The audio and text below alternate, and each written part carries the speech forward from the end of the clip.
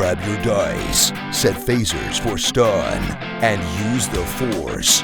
Get ready for Mike and Derek on the Untitled Generation X Nerd Show.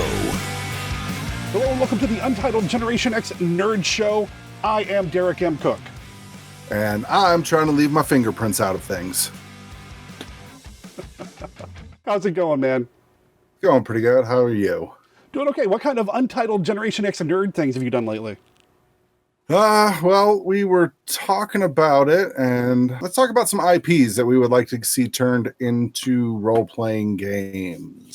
It sounds good to me. Now, I know when you think role-playing games, I mean, first thing you think is Dungeons & Dragons, which really doesn't have a lot of outside RPG media representation outside of a movie that's not so great, and some books, but isn't there a new movie that's supposed to be coming out with, like, just this crazy star-studded cast? Yeah, Chris Pine is supposed to be. Yeah. Captain Kirk, huh? That's going to be weird. I don't know. Professor Dungeoncraft has talked about how he's worried it's going to be kind of like a slapstick kind of comedy kind of thing a while back, and I don't know. I just want a serious fantasy thing, you know? I'm hoping that it doesn't turn out like Year One. Yeah. Do you remember that one? Mm-hmm.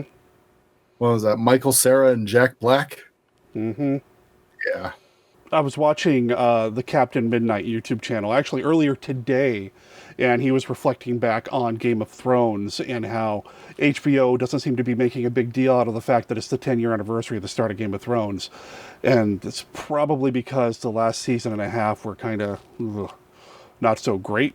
So it's really hard to celebrate a franchise that was kind of sort of ruined by an ending, which is, he worries, the only ending we're ever going to get. No, I'm not going to get on the whole George R. R. Martin better finish his series bandwagon, but the truth is he's been saying it's going to be done for a long time and he hasn't put it out yet. And his observation was that he was surprised that Game of Thrones didn't herald in a new golden age of fantasy television. And he doesn't know if he blames the season finale for that or not, but he's kind of right. I mean, there's a lot of really rich fantasy properties out there that have not been adapted that I'd love to see. Well, HBO did just sign Martin for a new series that he's going to create based on that, like, book of notes, I guess. Something, the Night of, I can't remember what it's called. Like, it's part of Westeros history, but it's not in A Song of Ice and Fire. And Amazon has that new Lord of the Rings series coming out. That's right. We've got Amazon is doing Lord of the Rings, and they're also the ones behind Wheel of Time, aren't they? I think they're doing Wheel of Time as well. Which I hadn't heard about that. Somebody's doing Wheel of Time. Daniel Green over at the Fantasy News YouTube channel has talked about that. He's a huge Wheel of Time fan, so he's been really watching that too. What disappoints me is that a couple of years ago is that Amazon was going to do Conan series, but there was a change of management at the top and just it kind of fell off the table. I guess we have Witcher, on Netflix, which is really good. And The Dragon Prince. If you want to go animated fantasy, there you go. And that show gets dark by the season 3. Okay. There's some real creepy stuff happening in there with dark magic and resurrecting dead people. Great. Right on. I guess what I'm getting at is that fantasy isn't the only role-playing game stuff out there. I mean, there's a lot of other stuff, and a lot of it's been based on movies. Star Wars, Star Trek, all this stuff that's out there. I've played a Ghostbusters role-playing game. Indiana Jones has had role-playing games. I've heard of the Ghostbusters role-playing game. I've never played it, though. It was by, who was it? Was it West End Games? I think it was West End Games. And you and the fellow players were setting up a new Ghostbusters franchise in some other city. And, which is what Ghostbusters 2016 should have been. Well, I would have been fine with keeping the cast entirely the same, but by canning the original continuity, that's where they lost me. Yeah, yeah. But anyway, creating new Ghostbusters franchises around the country, which is a great idea. Yeah, and the GM, Jared, set the game in Cheyenne, Wyoming, where I was living at the time, and he brought in like some of the local reporters as NPCs, and That'd be cool. we went and we found like an old like strip mall kind of thing in downtown Cheyenne area, and decided that was going to be the headquarters. So we figured out how big that was and where that was on the map and all that. And I really dorked out and played a character named Ash Harrison. Okay, I know where you got Ash from. Where does Harrison come from? Harrison Ford. Okay, duh. Yeah, and he did let me have a chainsaw. Nice. Because that's what you need when you're hunting ghosts, right? To bust ghosts. It didn't matter.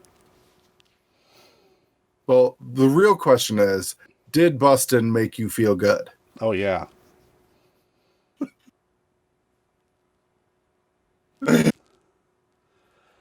Anyway, there have been a lot of games based on IP. There's been games based on comic books, Marvel, DC, and all of them. Games based on novels. There's the Wearing the Capes comic books, or excuse me, Superhero Prose series that I don't know if it's out yet, but it's something they've been developing for a long time. Tolkien's had a couple of RPGs over the years. RPGs aren't just fantasy. You can have them set in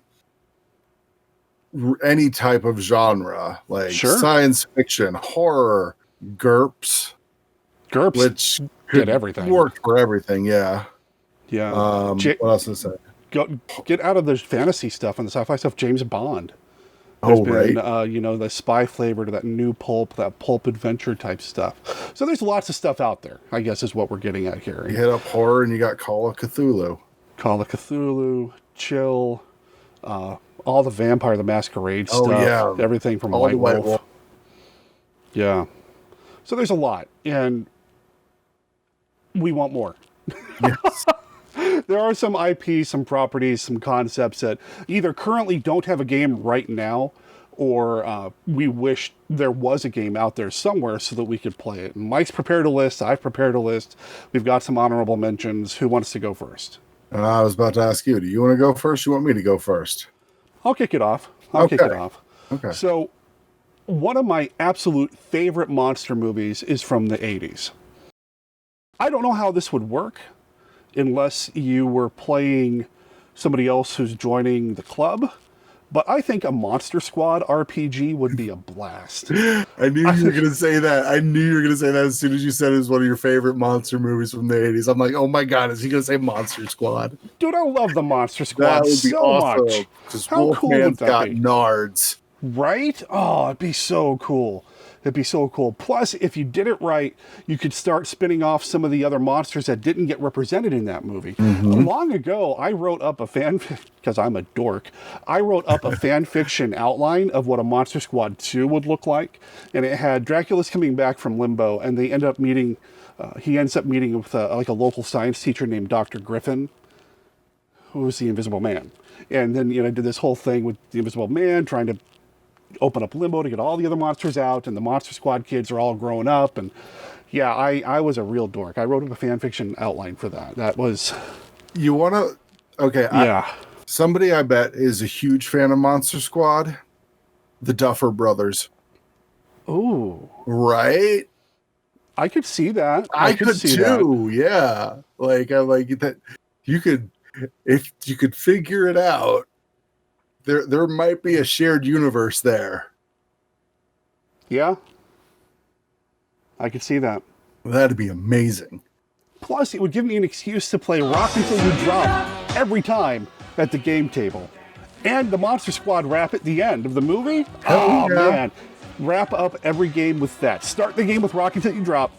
End the game with the Monster Squad rap as I'm giving out experience points. And if you have it set during the 80s, you have so much great music that you could just sprinkle in throughout the entire game session to highlight scenes and stuff like that.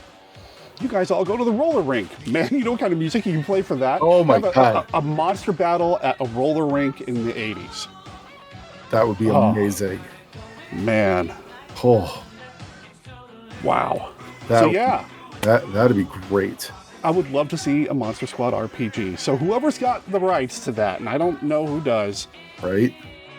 Hit me up. I'll write you an RPG for it. It'd be fun. Oh, damn. Now I wish I had gone first because mine mine is cool, but not quite as cool as that. Okay, what you got? My first one is I would like to see a game setting, like its own setting for the Princess Bride. Ooh. A high adventure swashbuckling type game where only the fights that matter take any time. Where you as the hero or as one of the heroes, you're just slashing your way so fast through like various henchmen. But then when you finally get to like a boss type character that your character has some sort of beef with over the years, then it gets drawn out into a lot more like precise dueling swordplay action.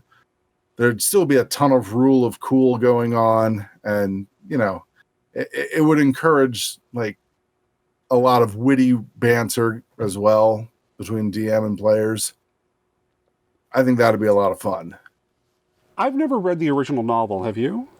I've read like the first half, and then I got to the part where the queen packs up all of her stuff onto a boat to go sail across the ocean and then unpacks it all, and I got bored. Wonder if the literature has anything that you could also drop in there, because the movie's got a very distinct feel and flavor. It really sets it does. apart from most fantasy stuff. Yeah. Well, what I was thinking of was like towards the end, when Inigo begins the duel with the six-fingered man, and Count Rugen's all like, kill the Dark One and the Giant, but leave the third for questioning.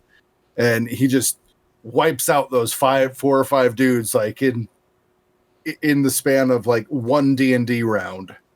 Just poke, you're all dead. And then the real duel starts. Well, it doesn't quite start then. Like at that point, Count Rugen runs off, and there's a chase sequence. Yeah, chases when done right are so much fun in a game. Yeah, they are super easy to mess up.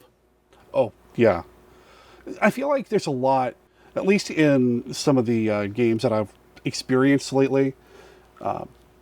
It's real easy to mess up a lot. Exciting combat sequences, chase sequences, all that kind of stuff. It can be real. I've never been in one where it's been a complete disaster, but there's always that line. And man, Princess Bride does kind of lend itself to this kind of lighthearted romp that you would need to have a system set up for that, or at least tools set up to help you move something quickly. Like it could be played. You could run a Princess Bride-esque game with the current D&D rules, but I think it would be much better served having its own unique set of rules.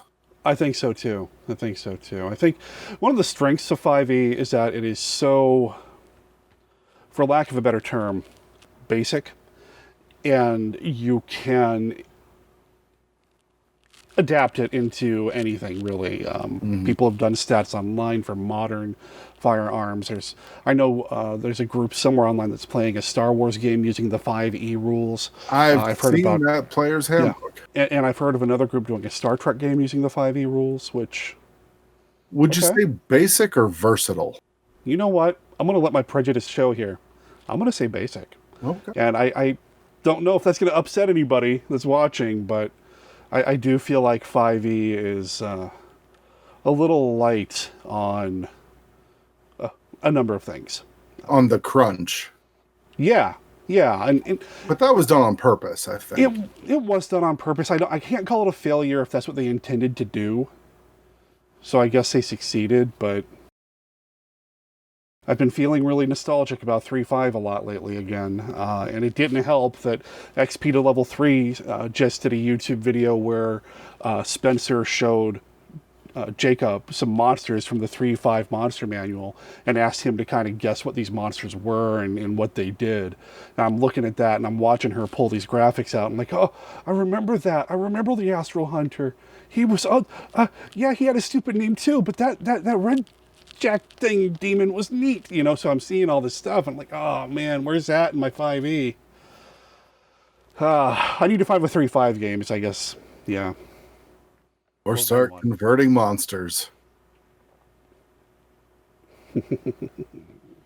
I'm giving you ideas. Oh, I've already had that idea. Like, I'm sure that there's also a lot of like fan-made conversions for older edition monsters. Well, there is. That's something that Spencer told Jacob about, and he did almost the exact same thing I just did because he's running games for his group, and he's like, "Yeah, I'm gonna adapt the stuff." So I don't see it being that hard. you might have to tweak the challenge rating a little bit, and maybe the number of hit points and the AC, the armor class stuff. But yeah, we're way off topic, by the way. In case you didn't know. Yes.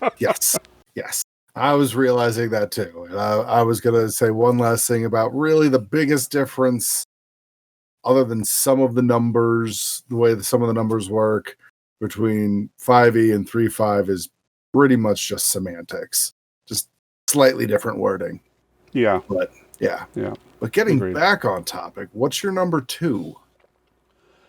There's something that I love.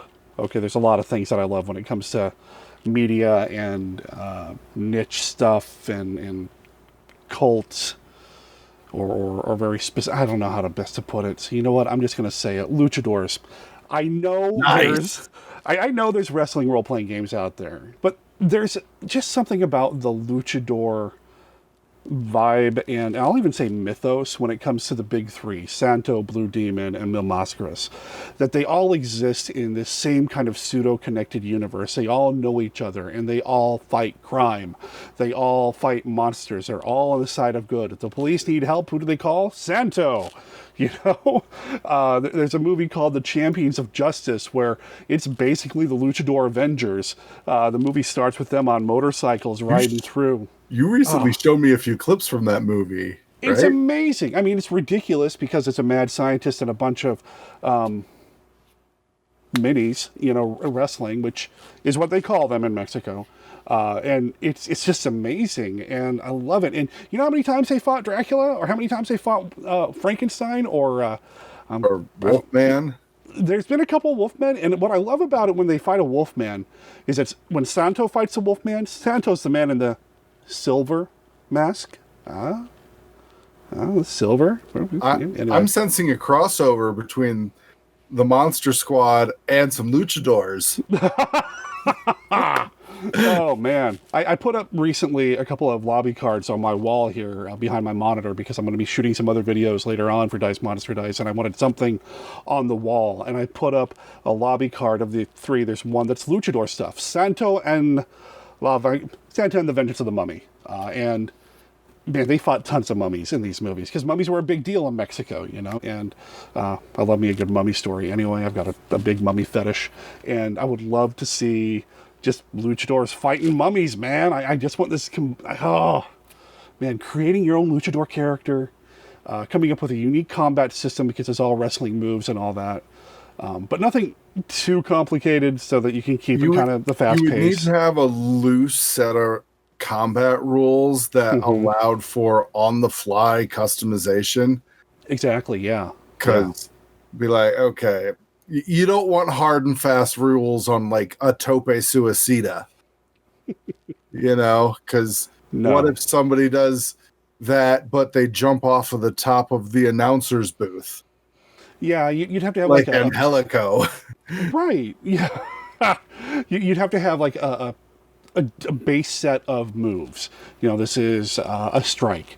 You customize it however you want, but a strike does this kind of damage. This is a kick. You customize it however, or a grapple, or a crossbody, or whatever. Give the DDT and the pile driver about the same, all that stuff. I would just love to see that. And one of the things that I love about these movies, like I said, they strut around town looking awesome in their 70s suits, going out to dinner with their ladies. Oh, man. They never take off that sweet mask. No, man, there's just something cool about watching them running around town and that stuff. My favorite luchador of all of them, I don't know what it is about the mask. The design, I think, is what catches me. I love Mil Mascaras. Of the big three, he's my favorite.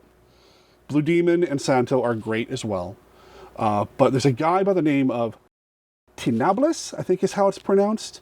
I'll put the word somewhere down here, and I'm probably mispronouncing it, but I'll put a picture of him here as well. He's primarily like a yellow gold mask with a black chevron. Okay. It just looks cool. And he's a big dude. Yeah, he's not done nearly as many of these movies, but he's awesome.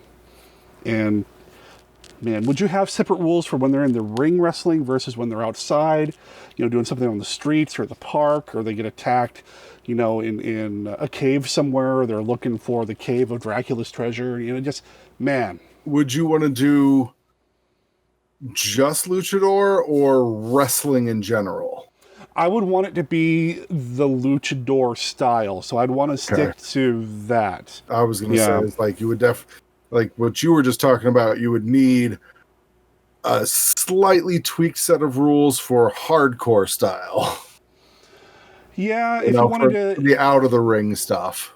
If you wanted to go that route, I could see that. Sure. Yeah, but even when they did that in the movies, it was still them just doing wrestling moves. It was still them just finding something to jump off of, or to do a kick or a punch or a body chop. It was a street fight style wrestling match without all the hardcore elements. It was just a wrestling match somewhere else where there wasn't a mat to lay on. Not in the ring.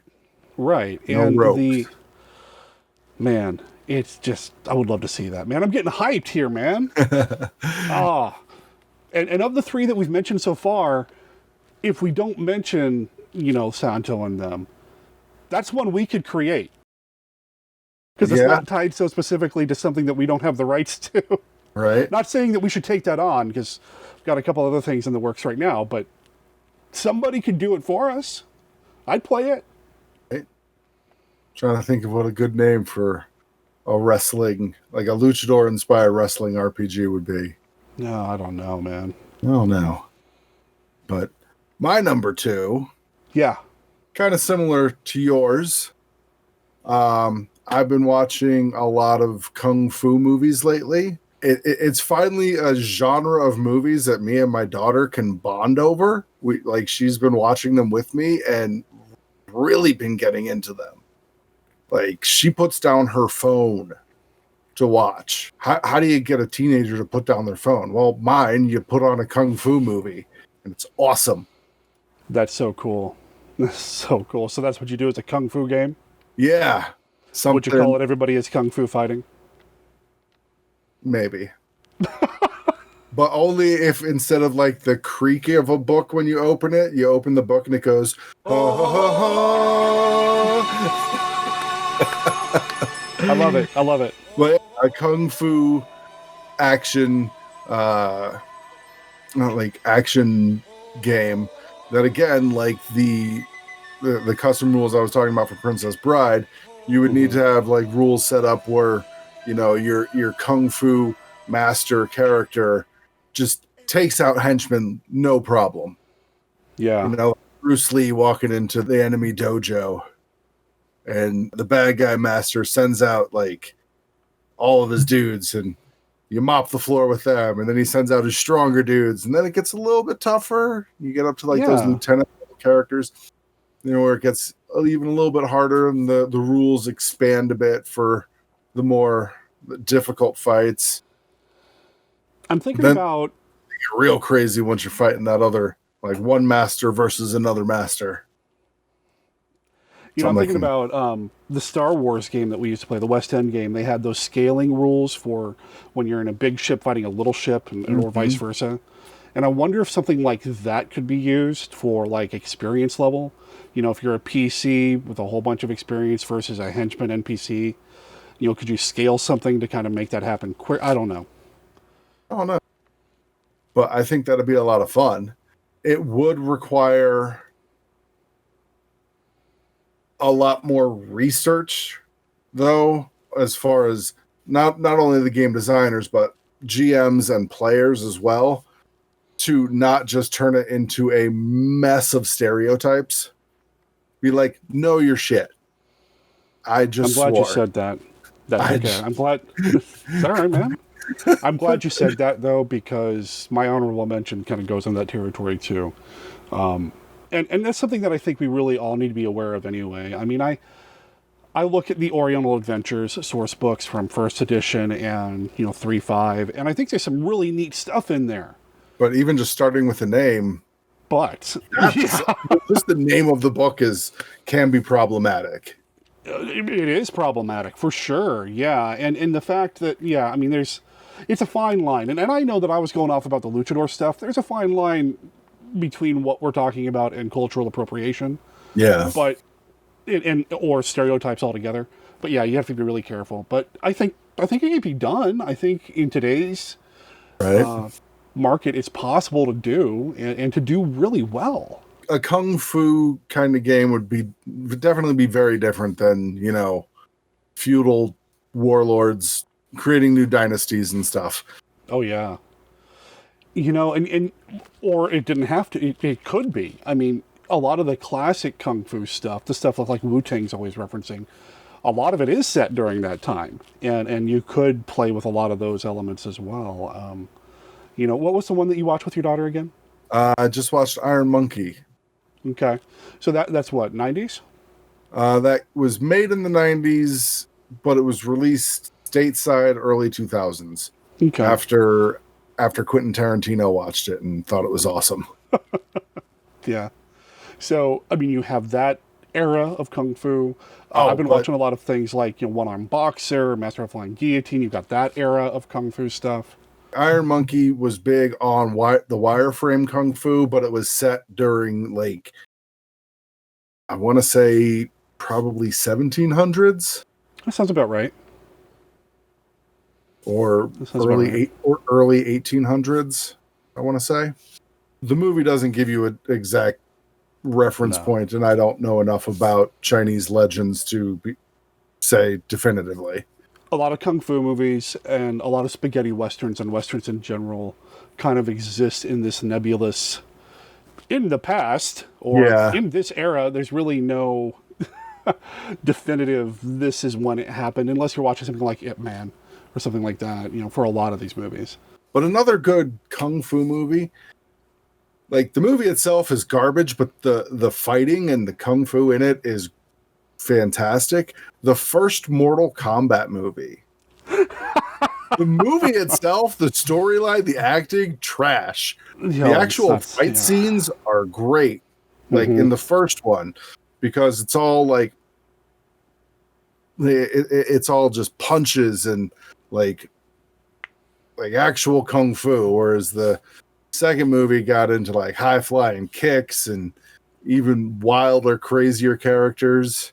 And it has, I forgot there was a sequel. I didn't. Yeah, Mortal Kombat Annihilation. Although Annihilation does have the worst line of dialogue in any movie ever. That's a bold claim. I will link that to you, and you can insert that into the middle of this video. All right. Right here. Mother. You're alive. Too bad you will die. You want to jump into honorable mentions? Yeah, so I've got two honorable mentions. One just came to me, but I'll do the one that I've been thinking about before. And to kind of talk about the cultural sensitivity again, it would be very, very important and maybe not even appropriate for me as a white dude. I like blaxploitation films. Oh, yeah, that would be...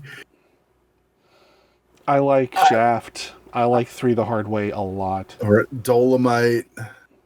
Dolomite's a little bit more on the goofier side, and that's fine. The movie Dolomite with Eddie Murphy is fantastic. But yeah, 3 the Hard Way in particular with Jim Kelly. Oh, it's such a great film. Black Samurai. Oh, again, Jim Kelly. So I guess I want a Jim Kelly RPG is what I'm saying. Okay, there we go. Let's get specific with it. But you'd have to be really, really careful. Again, because of what it is, the era, the cultural sensitivity that would be required, that sort of thing. But man, I love those movies. And I love them for what they are. I don't know. I'm just going to step away from the conversation. Okay. Because it can get a little awkward. But I do love those movies. I think a lot of the really good ones are well done, well directed, well crafted, well acted, well paced, incredible music. Oh, so, yeah. you know. So that's one honorable mention. The other one I'll just say briefly because the words fell out of my mouth earlier. Give me a spaghetti western RPG. That'd be dope.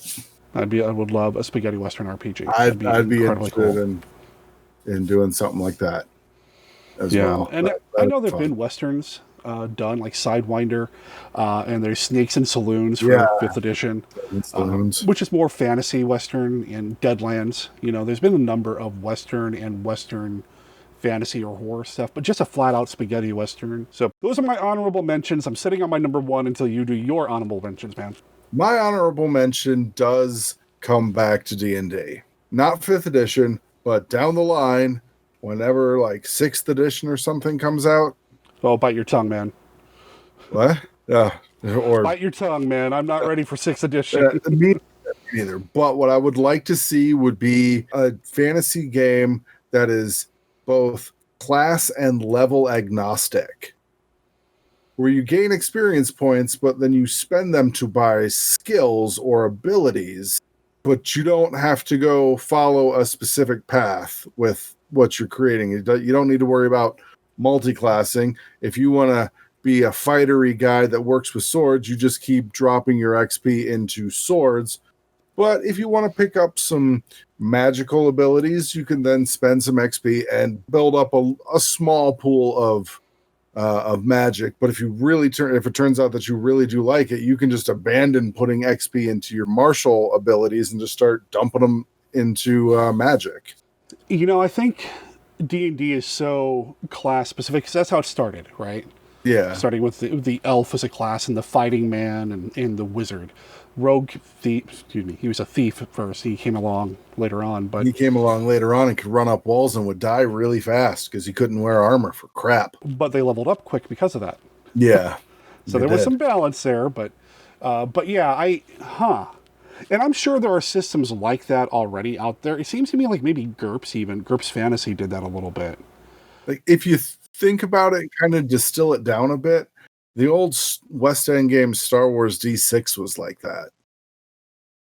There was just a pool of skills, and you could plug in wherever you really wanted to and develop your own unique, specific character. Because there wasn't a leveling system in the game. Not as like Dungeons and Dragons knows it. You would gain experience points, or in that game, character points. And then you would spend them to be like, all right, I want to build up my brawling skill because I want to be able to punch dudes in the face more gooder. I think the Star Trek game, the fastest Star Trek game, was like that too, because they didn't have levels. I mean, they had ranks, but the ranks really didn't have anything to do with your skills or what you could do or anything like that. It's just the character's job. Right. But at the end of every one of those games, I think there were points you could put into certain abilities and just, you know. I played in a bunch of those type of games. I don't think it's been a long time, but I don't think the White Wolf games used a leveling system like in D&D either. I think you would gain XP and you would like build up specific skills.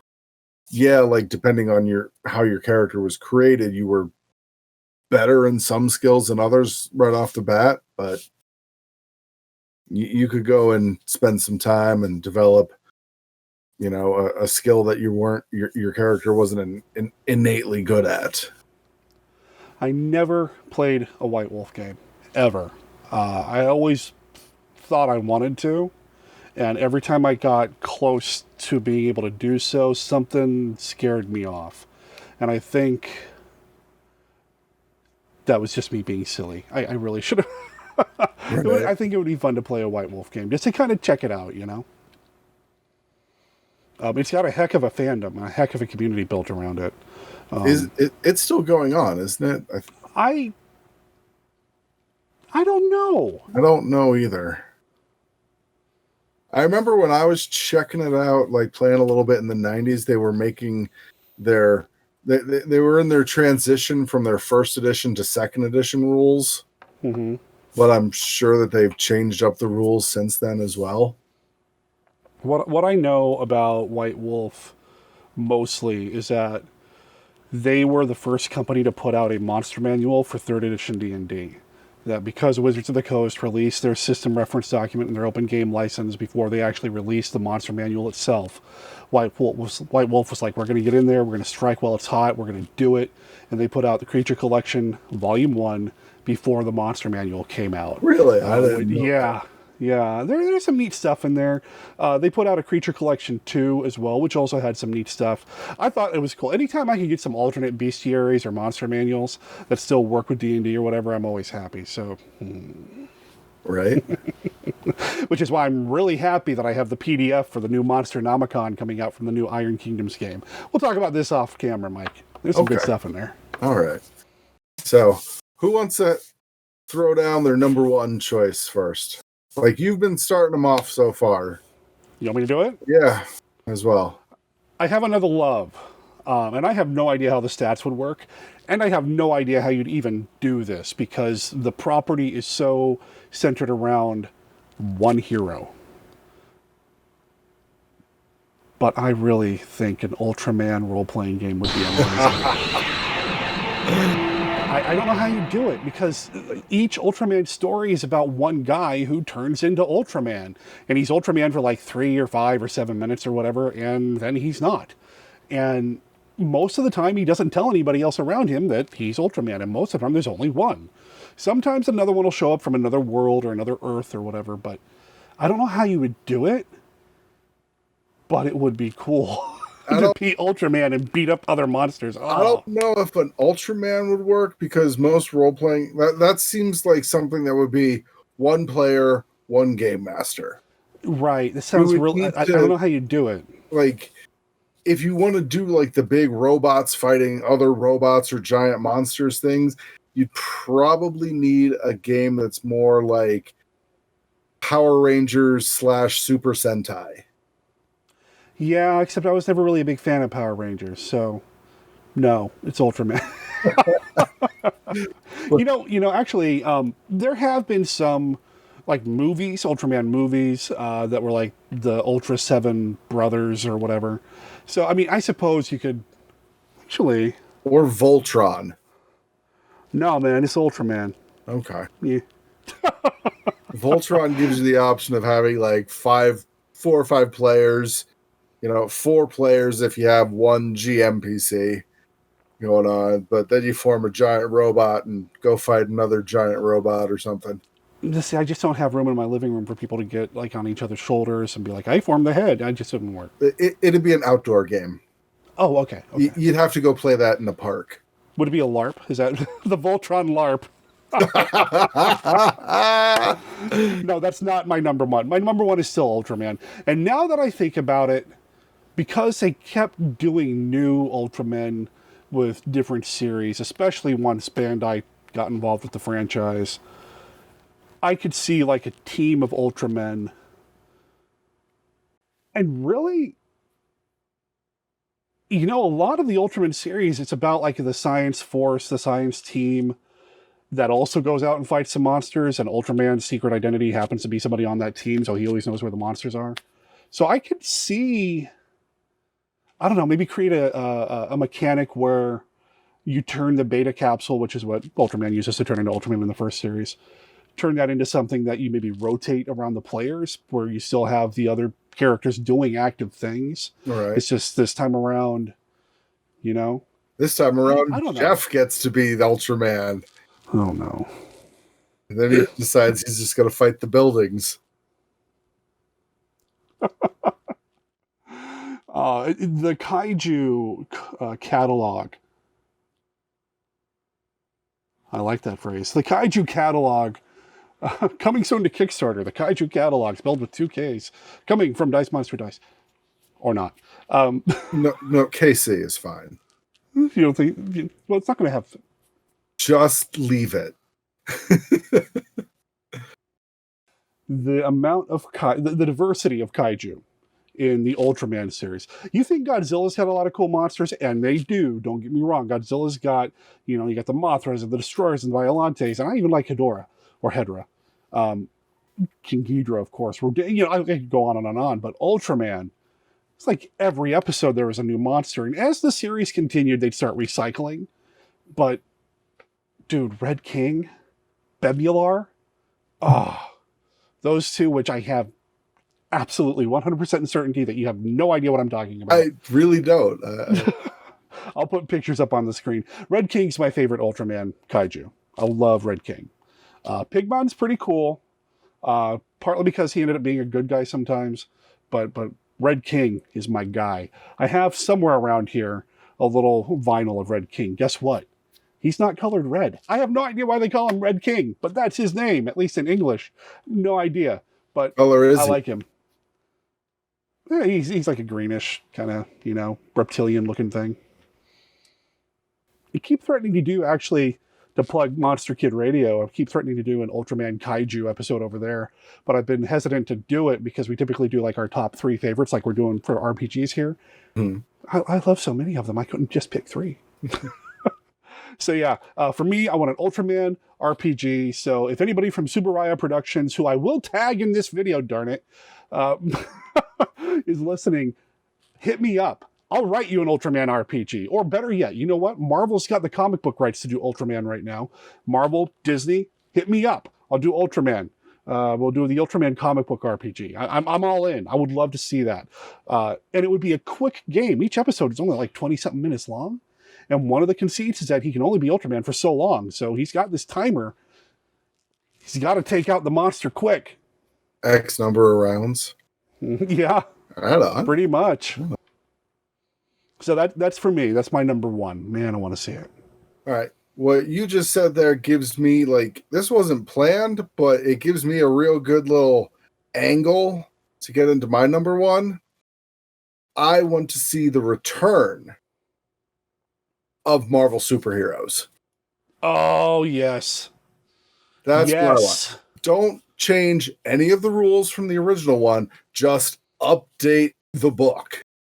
Okay, maybe change a few rules. A few of them were a little clunky, but the game itself was so streamlined with the periodic table, and you were just throwing percentile dice.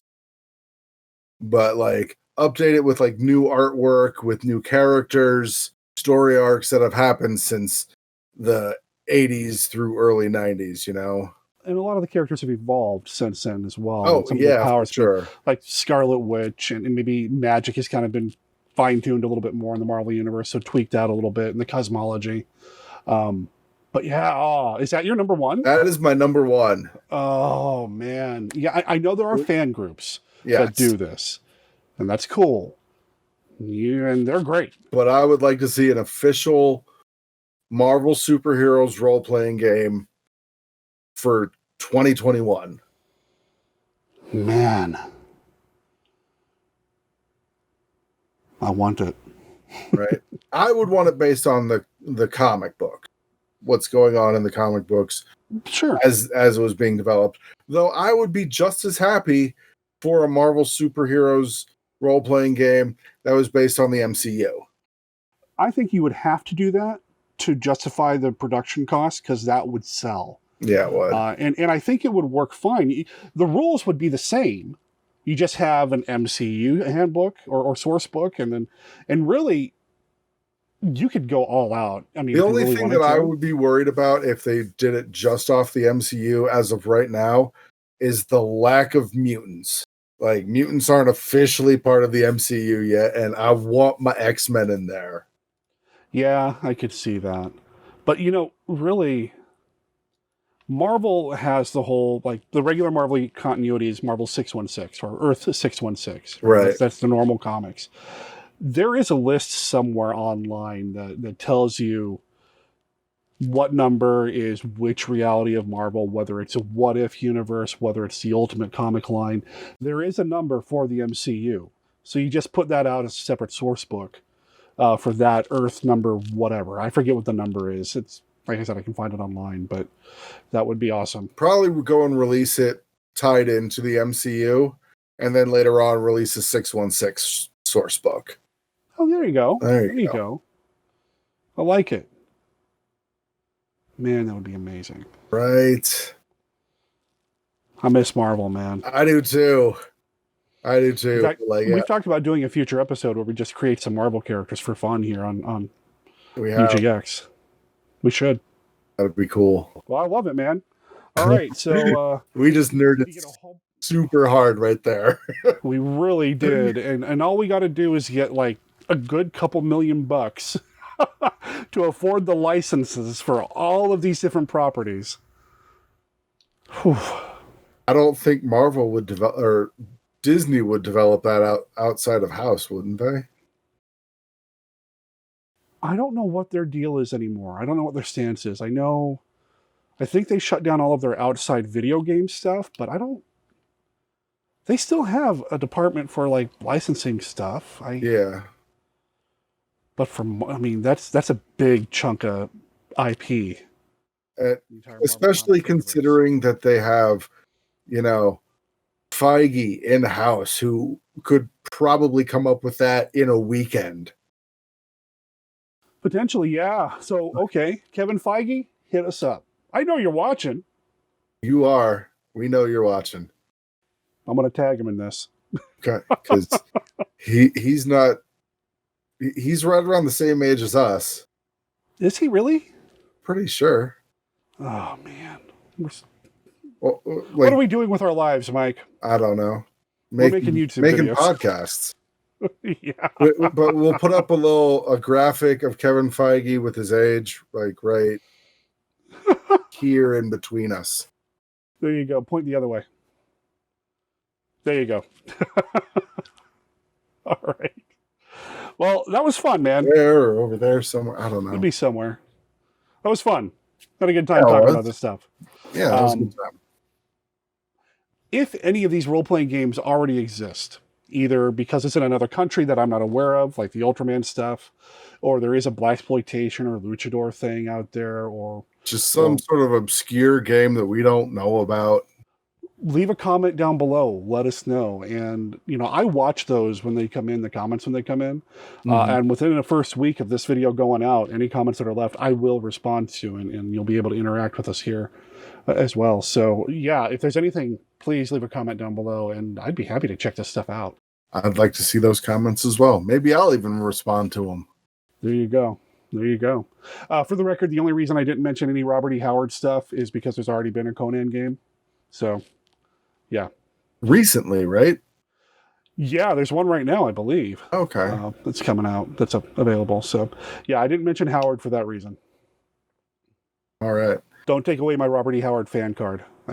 Well, you may as well just say you want to Call the Conqueror game. Just right now. Just say it. Call game? No, I think a Solomon Kane game would be good.